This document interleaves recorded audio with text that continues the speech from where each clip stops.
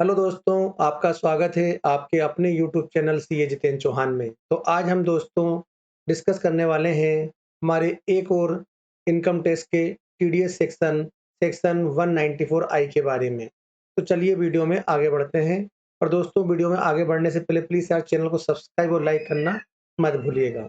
तो चलिए सबसे पहले हम जानते हैं कि जो हमारा सेक्शन है रेंट का 194 आई। तो 194 आई हमें क्या बताता है? तो हम इसकी एप्लीकेबिलिटी के बारे में जान लेते हैं। देखो एक तो इसकी एप्लीकेबिलिटी और उसके ऊपर क्या रेट से हम टीडीएस हमें काटना है। तो देखो अब टीडीएस कौन काटेगा?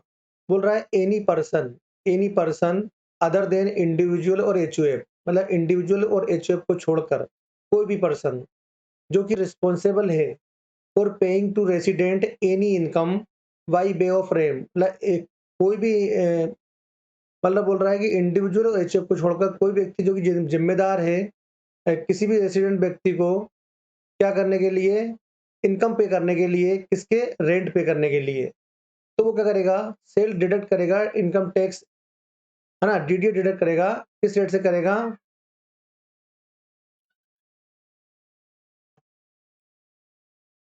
2% की रेट से, 2% rate in respect of rent of plant या मशीनरी या इक्विपमेंट। मतलब कोई व्यक्ति जो मान के चलो कि जिसने रेंट पे ले रखा है, क्या ले रखा है, प्लांट ले रखा है या कोई मशीनरी ले रखी है या इक्विपमेंट ले रखी है। तो जो जब उसका रेंट पे करेगा, तो उसका रेंट पे करेगा तो उसे 2% की रेट से क्या करना है, उसे टीडीएस काटना है। क्या करना है? टीडीएस काटना है। और इसके अलावा अगर 10% in respect of other rental payment, अगर मान के चलो कि वो अगर उसने कोई लैंड यूज एनी लैंड या कोई बिल्डिंग का यूज करता है और उसका रेंट चुकाता है तो वो 10% टीडीएस काटेगा। इंक्लूडिंग अगर फैक्ट्री बिल्डिंग भी है तो भी वो 10% की रेट से टीडीएस काटेगा। या लैंड अप्रेंट इन बिल्डिंग या फैक्ट्री बिल्डिंग या कोई फर्नीचर या फिटिंग, इन सबको अगर वो रेंट पे करता है तो वो कितने परसेंट से काटेगा? 10% से। और अगर प्लांट एंड मशीनरी का रेंट पे करता है तो वो 2% से रेट से टीडीएस काटेगा पेमेंट करते टाइम।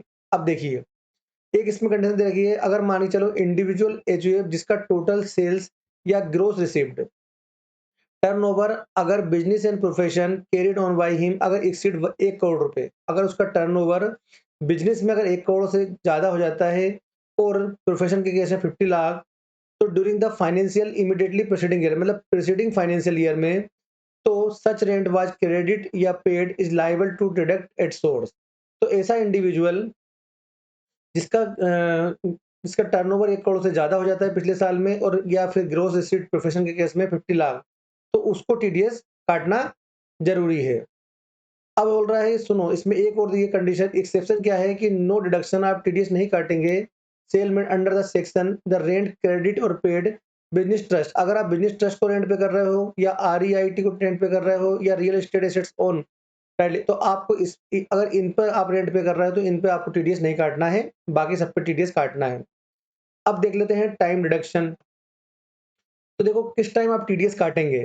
तो deduct to be made at the time of credit of such income to the account of payee या at the time of payment, मतलब या तो जब आप अपने बुक्स ऑफ अकाउंट में उसे क्रेडिट करते हैं, बुक्स ऑफ अकाउंट में आप उसे क्रेडिट करते हैं किसको, पेई को, या आप उसे पेमेंट करते हैं। दोनों में से जो विच एवर अर्लियर होगा उस टाइम आप टीडीएस डिडक्ट कर लेंगे। अगर आपने अगर मान चलो क्रेडिट अकाउंट अगर आपने सस्पेंस अकाउंट में भी क्रेडिट करा है तो भी आपको टीडीएस डिडक्ट करना कंपलसरी है। अब इसकी थ्रेशोल्ड लिमिट क्या है?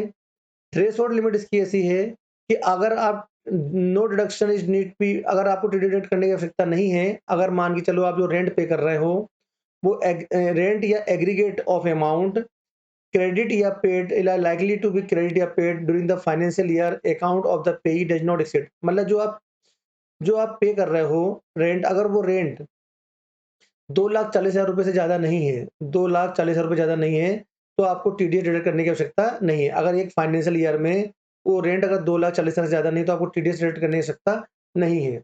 अब रेंट की मीनिंग क्या होगी? देखो रेंट की मीनिंग है कि रेंट मीन्स क्या, द एनी पेमेंट जो भी किसी भी नाम से बुलाया जाए, चाहे वो लीज पे हो, चाहे आपने सब लीज पे हो, चाहे आपने टेंडेंसी, चाहे आपने एग्रीमेंट करा हो, चाहे आपने अरेंजमेंट करा हो। अगर आप लैंड का रेंट पे कर रहे हो, यदि आप बिल्डिंग का रेंट पे कर रहे हो, इंक्लूडिंग फैक्ट्री बिल्डिंग भी अगर आप रेंट पे कर रहे हो, या फिर आप लैंड अपेरेंट टू बिल्डिंग पर आप इंक्लूडिंग फैक्ट्री बिल्डिंग पे ले कर रहे हो, या कोई आप मशीनरी का रेंट पे कर रहे हो, या प्लांट का, या इक्विपमेंट का, या फर्नीचर का, या फिटिंग का, चाहे whether or not any or all of the above are own by SSC, चाहे एसएससी उसका ओनर हो चाहे ना हो, अगर आप उसको रेंट पे कर रहे हो तो आपको टीडी डिडक्ट करना जरूरी है। तो आई होप दोस्तों आपको ये वीडियो पसंद आया होगा। तो दोस्तों प्लीज चैनल को सब्सक्राइब और लाइक करना मत भूलिएगा। मैं आपके लिए ऐसे ही शानदार वीडियो लाता रहता हूँ इनकम टैक्स जीएसटी के।